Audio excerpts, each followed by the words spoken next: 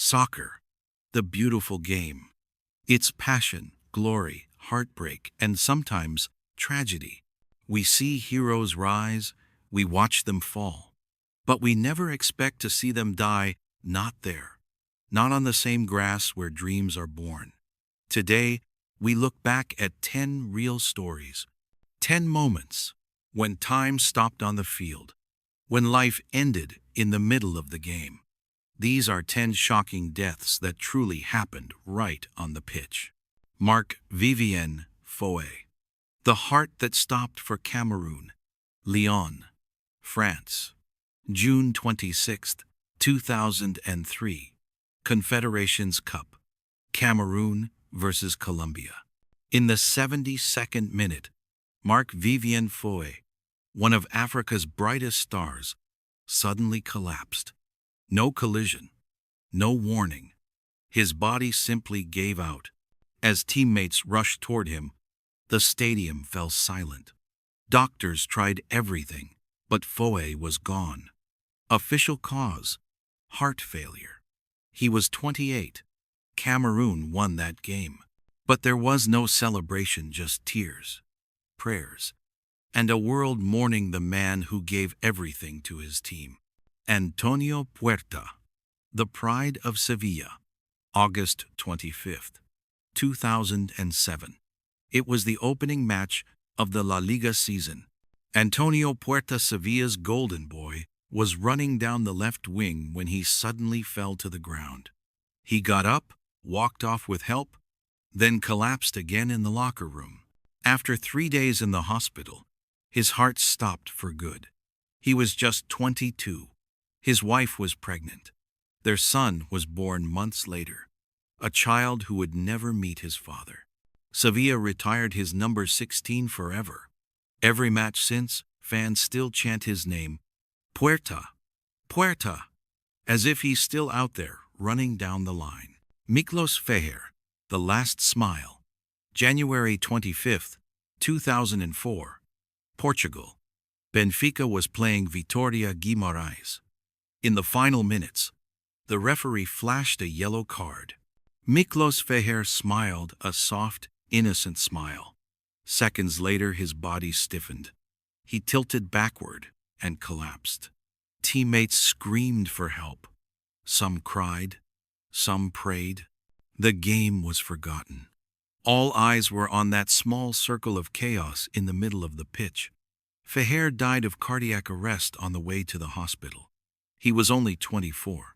That smile was the last one he ever gave. Piermario Morosini. The delay that cost a life. April 14, 2012, Italy. Livorno midfielder Piermario Morosini suddenly dropped during a Serie B match. Paramedics were called, but when the ambulance tried to enter the field, it couldn't. A police car had been parked in front of the gate, blocking the path. By the time they reached him, it was too late.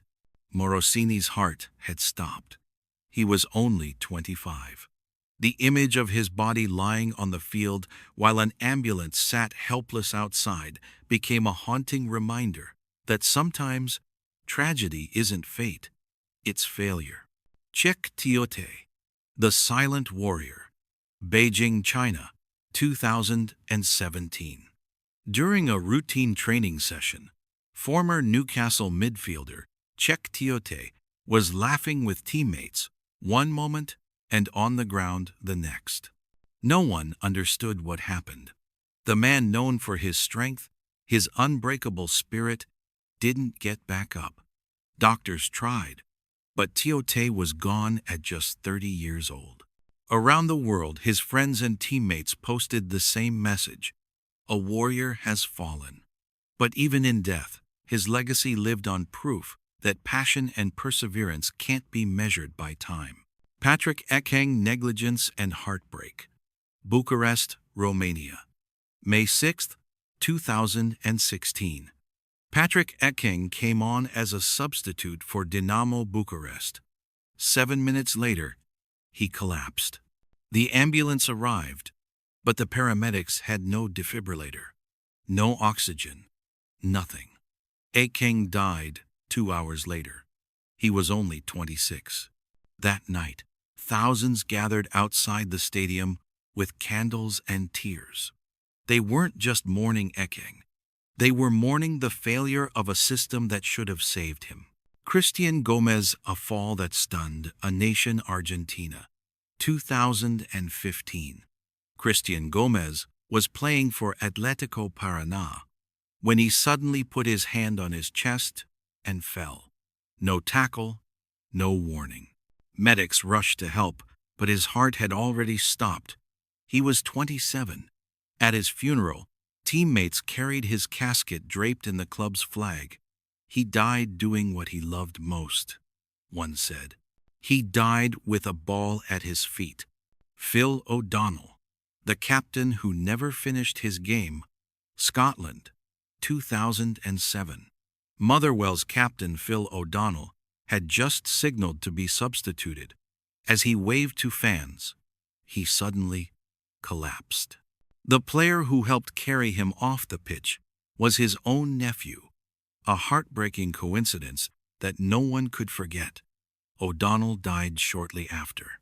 He was 35, a symbol of loyalty, leadership, and love for the game. Motherwell retired his number 10 forever. South Korea, 1995. During a league match, 4-year-old Choi Sung-jong sprinted after the ball, then stopped, clutching his chest, and fell. Doctors later said it was sudden cardiac failure, likely from overexertion. 1 second he was alive, full of energy. The next, he was gone. His story is little known outside Korea, but to those who remember him, he was the perfect example of how fragile even the strongest hearts can be. Fabrice Muamba, the man who came back from the dead. London, 2012. FA Cup. Bolton vs Tottenham. In the 41st minute, midfielder Fabrice Muamba fell face first to the ground. For 78 minutes, his heart didn't beat. 78 minutes. But somehow, he came back. Muamba survived, though his career ended that day. Later he said, "I died on that field, but God gave me a second chance." His story isn't about death, but about miracles, a reminder that sometimes life finds a way back. 10 stories, 10 lives cut short, 10 hearts that stopped beating while doing what they loved most. Some died because of hidden illnesses, others because of negligence or fate. But every one of them shared the same passion, the love of the game. Soccer isn't just sport, it's life, it's emotion, it's unity. But it's also a reminder that our bodies have limits, even when our hearts refuse to stop. So the next time you see a player sprinting, celebrating, giving everything on the field, remember these names. Because behind every victory, every cheer, there's a heartbeat. And sometimes that heartbeat is the price of the game.